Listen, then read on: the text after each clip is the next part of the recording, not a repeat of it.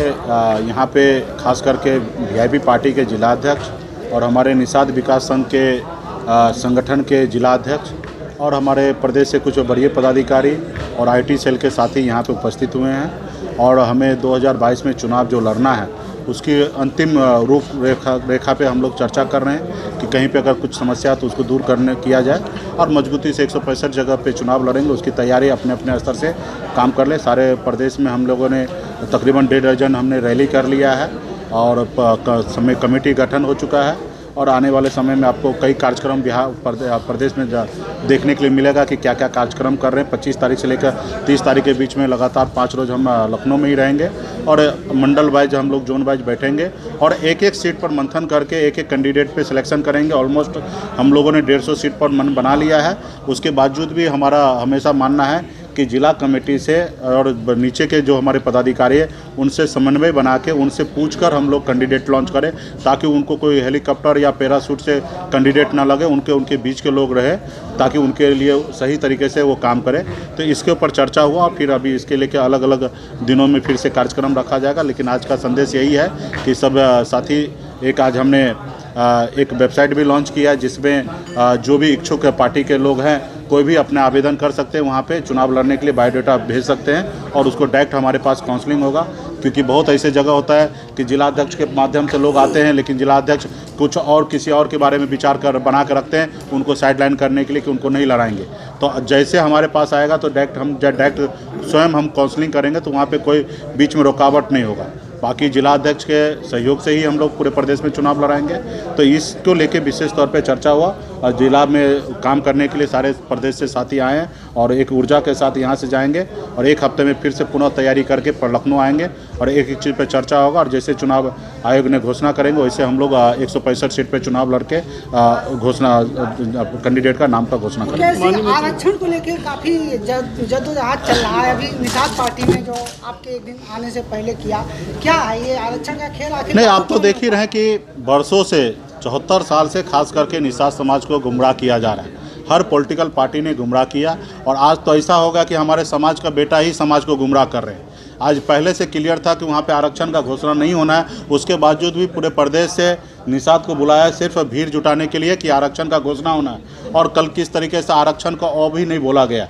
तो ये हमें भी उम्मीद था कि माननीय देश के गृह मंत्री जी और प्रदेश के मुख्यमंत्री जी रहेंगे मंच पर और आरक्षण का निषाद का जो अधिकार है जिसके लिए वर्षों से निषाद लड़ाई लड़ रहा है और पूर्व में 2004 से या उससे पूर्व में से ही लोगों ने समाज को गुमराह करने का काम किया हर पॉलिटिकल पार्टी ने, और हमें उम्मीद था कि कल वो घोषणा करेंगे लेकिन कल घोषणा नहीं हुआ। तो पूरे बिहार, उत्तर प्रदेश का और बिहार के सभी निषाद भाई काफ़ी बड़े पैमाने पर आहत हुए हैं और हम सबको लड़ाई लड़ना है। हमें पता है कि ये जो लड़ाई है ना वो हमें लड़ के और जीतना है, हमें कोई खैरात में देने वाला नहीं है। इस देश को भी आज़ादी के लिए बहुत लोगों को शहीद होना पड़ा और उनको लड़ाई लड़ना पड़ा। उसी तरीके से हम लोगों को लड़ाई लड़ना है और इसके लिए हम लोग 165 सीट पे लड़ेंगे। जो लोग निषाद का वोट अपना जागीर समझ रहे ऐसे लोगों को बताएंगे कि आज निषाद का वोट निषाद का बेटा के साथ है और किसी के साथ नहीं है।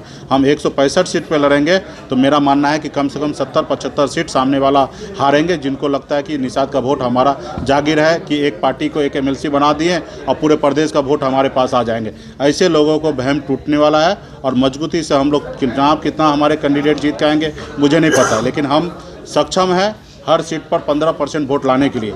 जो हम 15% क्लेम करते हैं वो इस चुनाव में हम लोग ला के दिखा देंगे ताकि 2024 के चुनाव में बड़े बड़े पॉलिटिकल पार्टी को सोचना पड़ेगा कि जो हम बोलते हैं वो उतना परसेंटेज वोट हमारे पास है। बिहार में भी कोई मान नहीं रहा था।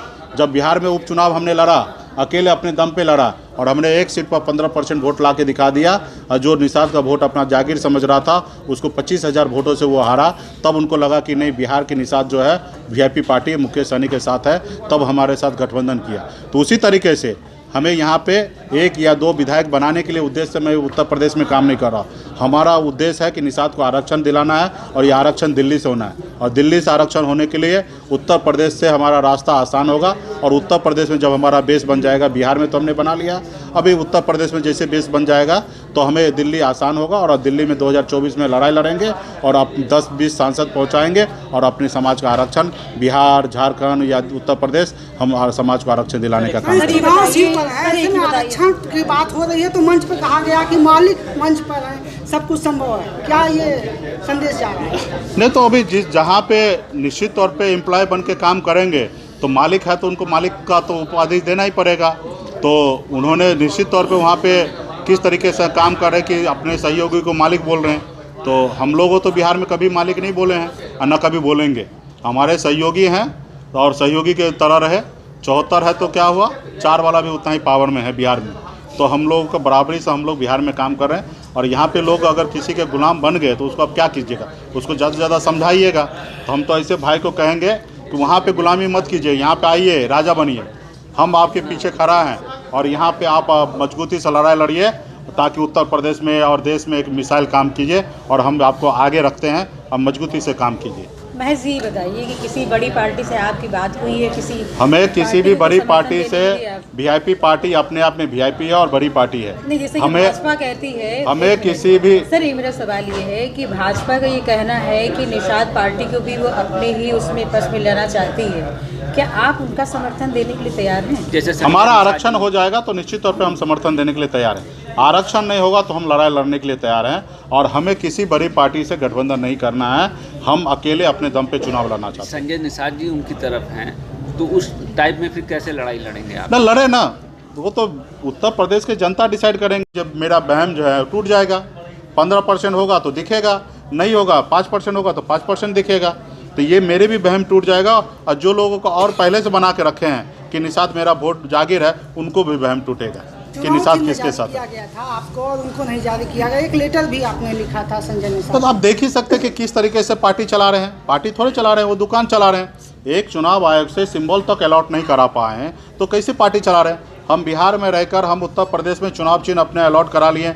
403 सीट पर हम स्वतंत्र हो चुके हैं कि 403 सीट पर चुनाव लड़ने के लिए। अभी हम लोगों ने पहले स्टेप पे 165 सीट का घोषणा कर रहे हैं। हो सकता है 200 सीट भी पार कर लें, लेकिन हम 165 पे हमने कोर हमारा वोट है तो वहाँ पे हम मजबूती से चुनाव लड़ेंगे। सवाल है कि जिस तरह से बिहार में आप भाजपा के साथ गठबंधन में हैं, तो क्या आपकी बातचीत भाजपा के किसी भी बड़े नेता से हुई है कि आप यूपी में भी गठबंधन में आइए? देखिए ये सब चीज़ बातचीत, देखिए जो रास्ते पे हमको चलना नहीं है उस रास्ते का क्या बात करें। लोग तो इच्छा रखेगा। आपके पास अगर 5 वोट है ना तो आपके इधर के जो कैंडिडेट होगा ना विधायक, वो भी आपके घर पे जाएंगे। और सनब मल्ला को चाहने वाले, पहचानने वाले, आपको भी पता है कि उत्तर प्रदेश में लाखों हैं और लाखों वोट को कोई नाराज़ नहीं करना चाहेगा। हर लोग चाहेंगे कि हमारे साथ निषाद का वोट आए, लेकिन निषाद का वोट आए तो उसके लिए तो आपको पॉलिसी बनाना पड़ेगा, उनके लिए काम करना पड़ेगा।